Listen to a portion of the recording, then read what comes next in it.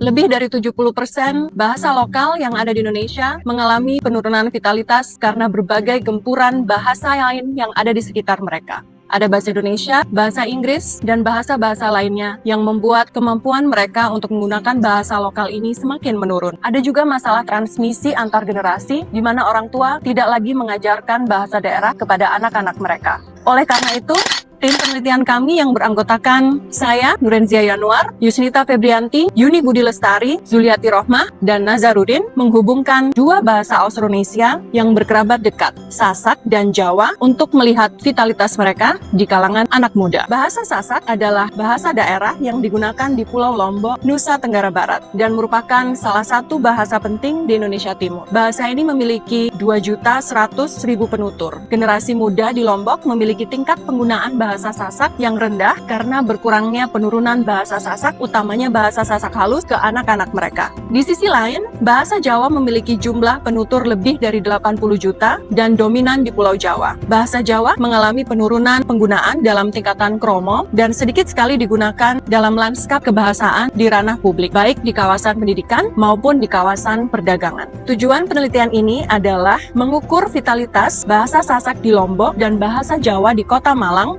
menggunakan 9 faktor UNESCO, mengidentifikasi faktor sosial, ekonomi, dan politik yang mempengaruhi penggunaan bahasa Sasak dan bahasa Jawa, serta menginvestigasi penggunaan bahasa Sasak dan bahasa Jawa pada berbagai domain, seperti keluarga, pendidikan, dan media. Dalam mengukur vitalitas kedua bahasa tersebut, kami menggunakan pendekatan pemertahanan bahasa, yaitu 9 faktor UNESCO yang juga dilengkapi dengan EGID, Expanded Graded Intergenerational Disruption Scale, sehingga dapat menggambarkan kondisi bahasa Sasak dan bahasa Jawa secara menyeluruh. Kami melakukan penelitian dengan melibatkan masyarakat di Desa Siti Rejo, Dusun Reco, Kecamatan Wagir, Kabupaten Malang. Kami mewawancara penduduk desa dan merekam ketika mereka menggunakan bahasa Jawa. Adudune jin saha setan lan kanthi nyebut asmane Gusti ingkang Maha Agung mugi tansah paring dalan kang jejeg. Kami juga melakukan focus group discussions dengan masyarakat Kota Malang. Hasil penelitian di Malang menunjukkan bahwa bahasa Jawa tingkat ngoko masih dipakai, sementara bahasa kromo semakin ditinggalkan.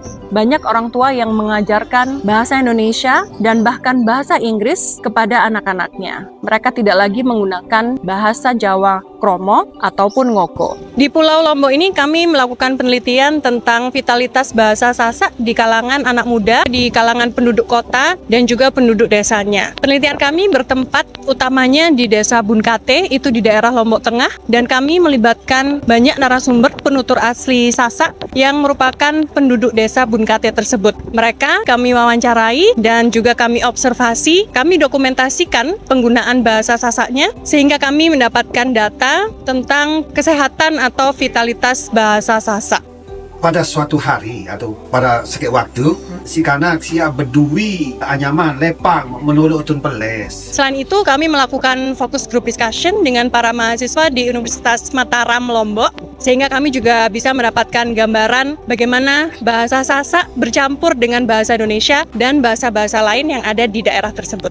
Hasil penelitian kami menunjukkan bahwa vitalitas bahasa Sasak masih cukup kuat, tetapi sudah menunjukkan sedikit pergeseran pada generasi muda, terutama yang berusia di bawah 10 tahun. Hal lain lagi dari penelitian kami adalah temuan kami menunjukkan bahwa masyarakat Lombok yang berada di kota, misalnya di Kota Mataram, sudah menunjukkan pergeseran yang lebih besar lagi. Bahasa Sasak cukup jarang digunakan dalam bahasa sehari-hari, terutama pada kalangan generasi muda. Dalam lingkungan akademik di kampus, bahasa Indonesia lebih banyak digunakan untuk berkomunikasi, baik secara formal maupun secara casual, sehingga menggeser budaya atau bahasa Sasak sebagai bahasa untuk berkomunikasi sehari-hari. Biasanya kalau sekarang kan orang tua biasanya dari kecil aja di anaknya pakai bahasa Indonesia, tapi yang sekarang sih. Sekarang banyak yang pakai bahasa Indonesia ya? Ajari anaknya bicara di seputaran sini.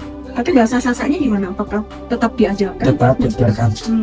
Kesimpulan dari penelitian kami adalah bahwa bahasa Indonesia mempengaruhi vitalitas bahasa Jawa dan bahasa Sasak, meskipun daerah tempat pengambilan data kami termasuk daerah rural. Selain itu, kami menemukan bahwa sebetulnya kunci utama dari pemertahanan bahasa adalah transmisi antar generasi. Jadi, cara untuk mempertahankan sebuah bahasa lokal adalah penurunan bahasa dari orang tua ke anak. Orang tua tidak boleh ragu untuk menggunakan bahasa daerah ketika berkomunikasi dengan anak-anak mereka.